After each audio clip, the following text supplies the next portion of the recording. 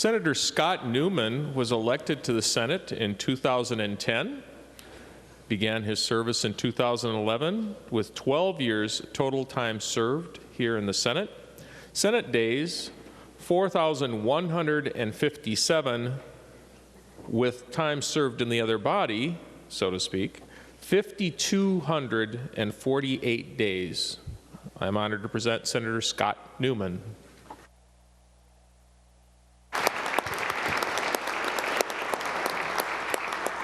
That's a lot of days. Oh, there it is already. There it is. I direct your attention to the front of the chamber. When I would get up and give an impassioned speech imparting wisdom of the ages to this body, when the president was sitting over here, a mere serf like the rest of us, he would pick up that white flag and start waving it, doing his very best to get me off track, forget what I was talking about, and get me laughing so I'd have to look at this side of the chamber. And he just did it again. Boy, it didn't take you long either. Last week, Senator Curran sent out an email suggesting that each one of us from the Quitter Caucus get 1 second for each year of service. And I thought at the time that Senator Curran had finally had a good legislative idea.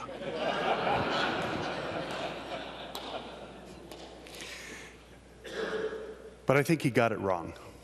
And here's why. I'm sitting here listening to all of these speeches, and the humanity of everybody on this floor is coming out. And I would simply suggest that in the next legislative session, begin the session with some introductory speeches so that each member can see the personality and the person, as opposed to the front of the chamber or the back of the chamber or the Democrats or the Republicans. And get back to some of what Senator Gazelka was talking about. And just maybe if you hear and see the humanity in our backgrounds, maybe that'll help just a little bit. I want to direct your attention to this chamber. I've been sitting here for a dozen years. Have you ever sat here and looked at this place? That dome? The words from Daniel Webster? Equality, courage, can't read that one, freedom, justice is up behind me. Look at the corners of our chamber with the statuary.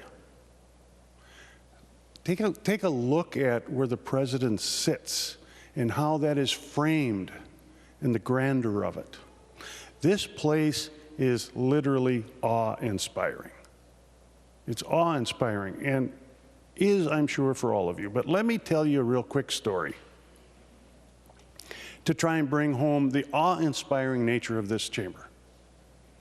A few weeks ago, I was the last senator off the floor.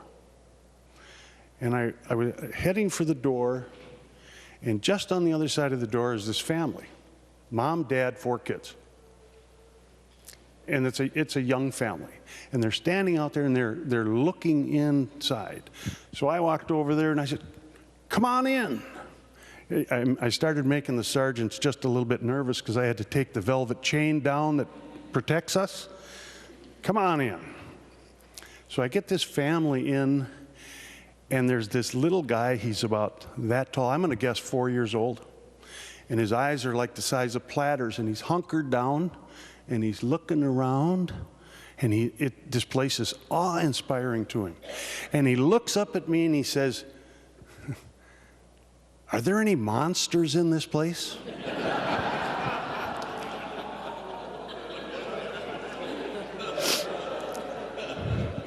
And indeed there are.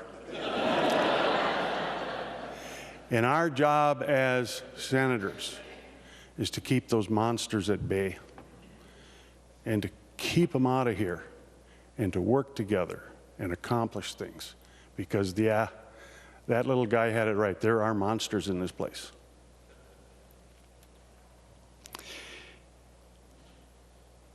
In the time that I've been here, I think I have only one regret, and it is sincere.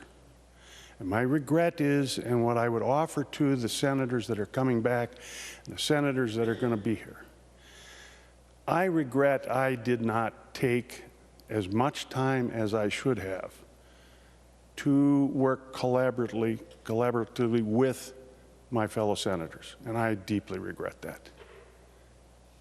I just learned too slowly, I guess. But it's absolutely necessary. You get nothing done unless you work together. And if you go back to what I was talking about in the beginning, that introductory speech, maybe that would help. But I've learned over the last few years, and I will tell you the greatest satisfaction that I have as a senator is what we were able to do collaboratively within my caucus and without, and to work with the folks on both sides of the aisle. And therein lies the greatest satisfaction, and therein I would try to impart to you the lesson that I learned. I want to recognize 5 people that I call my team. Lexi, Krista, Dave, Pat, and Matt, my team. And I am profoundly grateful to them for all of the help that they have given to me. All of us have been asked, what's the future hold for you? And I got to tell you, like Paul Gazelka, I don't have a clue. I think God's going to open up a door. I'm not going to go home, sit down on the couch, and die. That door is going to open. I'm going to step through it. And over the years, I haven't really shared a lot of personal things about, what I really enjoy doing. But I will tell you this. I'll share 2 things with you. Number 1, I have an undergraduate degree in history. Ancient history, to be precise. It's just a fascinating discipline, and it doesn't pay very well. So it would be my intention now. I'm going to have some time, and I want to go and continue looking at some of those places that I've been reading about for years.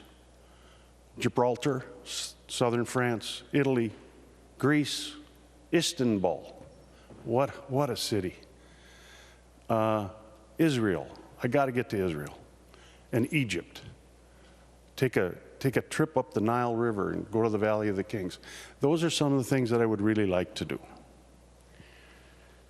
The other thing is, for a flatlander coming out of cornfield country, I have grown to love the ocean.